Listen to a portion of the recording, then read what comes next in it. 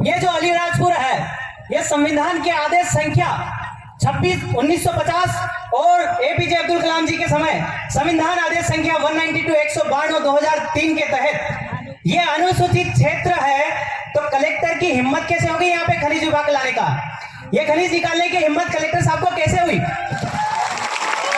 क्योंकि एक बार अनुसूचित क्षेत्र घोषित हो जाता है, वहां पे MRC versus state of Jharkhand का एक जजमेंट आया, उसमें यह कहा है कि एक बार अनुसूचित क्षेत्र घोषित हो जाता है, इसके बाद राष्ट्रपति स्वयं वहां वैलिड नहीं होते हैं। तो कलेक्टर साहब तुम यहां वैलिड कैसे हो? यह सवाल है कि आपका इस शेड्यूल एरिया के अंदर अगर कलेक्टर कहता है कि सरकारी जमीन है या कलेक्टर कहता है कि मेरी जमीन है, तो कलेक्टर साहब सबसे पहले तुम्हारा बाप लाके रखो, यह जमीन किसकी है उसको दे देंगे हम।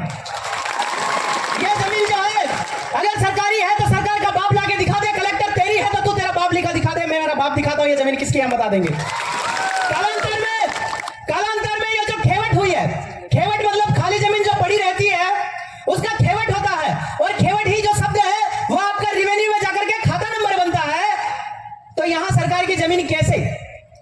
और सबसे बड़ी बात यह है कि ये नगर निगम और नगर पालिका नगर पार्षद बना करके ये कह रहे हैं कि यहां पे ग्राम सभा को वैलिड नहीं है। तो संविधान के अनुच्छेद 243 का एम यह कहता है कि इधर नगर पालिका नगर निगम का विस्तार नहीं हुआ है, तो तुम ये नगर निगम लेकर के कैसे बैठे हो, यह हमें समझ में नहीं आ रहा है।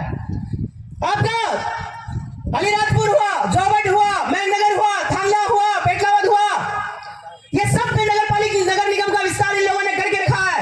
मतलब संविधान का खुला उल्लंघन कर रहे हैं, कोर्ट का खुला उल्लंघन कर रहे हैं, कोर्ट ऑफ कंटेम्प्ट कर रहे हैं। अगर हम सब लोग मिलकर के इन पे एफआईआर कराएंगे तो कलेक्टर साहब को भी जेल काटनी पड़ेगी, क्योंकि ये लोग कोर्ट को नहीं मान रहे हैं।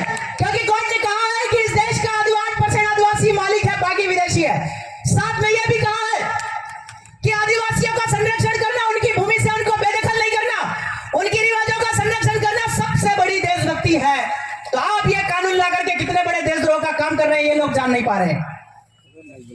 ये जो बार बार हमारे लोग आवाज उठाते हैं और ये लोग आईपीसी और सीआरपीसी लगाने का प्रयास करते हैं, अनुसूचित क्षेत्र में Pallakashi Vishwanatham versus state of Andhra Pradesh में ये कहा है कि judicial magistrate are not punish to the schedule area.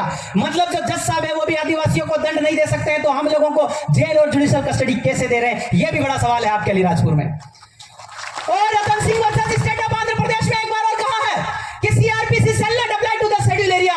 मतलब सीआरपीसी का विस्तार अनुसूचित क्षेत्र है अलीराजपुर में नहीं हुआ है, तो आप आईपीसी तो लगा रहे हो पर सजा कैसे दे रहे हो, यह भी बहुत बड़ा सवाल है आपके अलीराजपुर के अंदर। यहाँ के समाज सेवी और यहाँ के राजनीतिक बड़े बड़े भाई लोग बैठे हैं, ये लोग क्या सिर्फ नींद निकाल रहे हैं? इनको कानून का ज्ञान नहीं है क्या? ये लोग संविधान का सार नहीं पढ़े? ये नींद निकालने वाला काम बंद कर दीजिए। अलीराजपुर हमारे आदिवासियों का क्षेत्र है और यहाँ पर पे कलेक्टर साहब भी अवैधानिक है। अगर वैधानिक है तो हमें कलेक्टर साहब गैजेट नोटिफिकेशन अर्थात राजपत्र आप दिखाए तो हम मानेंगे कि आप इस ऑफिस में वैलिड है।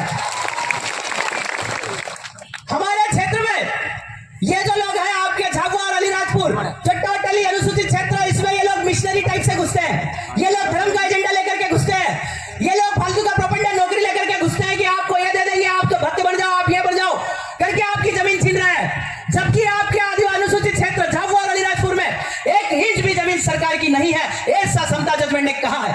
और कहा है पीरामा रेड्डी ने कि अनुसूचित क्षेत्र में सरकार एक व्यक्ति है, और भू राजस्व संहिता की धारा 165 ने कहा है कि आदिवासी की जमीन गैर आदिवासी को नहीं हो सकती है। तो क्या सरकार आदिवासी है जो मेरी जमीन छीन रही है? यह जो सबसे बड़ा सवाल है। तो आप सब लोगों को आज आप तहसीलदार और एसडीएम जिनसे भी मिलने आए हैं उनसे ये कहना कि तू तेरा बाप ला करके दिखा दे तो हम मेरे हिस्से की, मेरे बाप के हिस्से की भी तुमको जमीन दिला दूं, पर तेरा बाप नहीं है तो तू पोटले बांध के यहां से निकल जा। लेकिन जो जमीन है वो अपने बाप की नहीं होती। ये लोग नाजायज औलाद है जो आपकी जमीन मांग रहे हैं, इनके बाप का ठिकाना नहीं है। ये थाईलैंड, कंबोडिया, वियतनाम से आए हुए लोग हैं जो आपके खनिज को छीनने का कोशिश कर रहे हैं। केरल बनाम 2013 में एक जजमेंट आया, उसने कहा कि जिसका जमीन है उसी का खनिज है। तो हमारे जमीन में पेंसिल निकले या कुछ भी निकले, हमारा भाई कलेक्टर तेरा केस है, आज जवाब दो भाई। आपको सवाल पूछने लायक बनना पड़ेगा। अगर सवाल पूछने लायक नहीं बने तो ये लोग जो है आपको मार डालेंगे, आपको निपटा डालेंगे। ये एनडब्ल्यू जैसी साजिश लेकर के आ रहे हैं, G20 का एजेंडा लेकर के आए हैं। ये लोग कभी बारिश करवाते हैं, कभी नहीं होती है। ये लोग कृत्रिम बारिश करवा के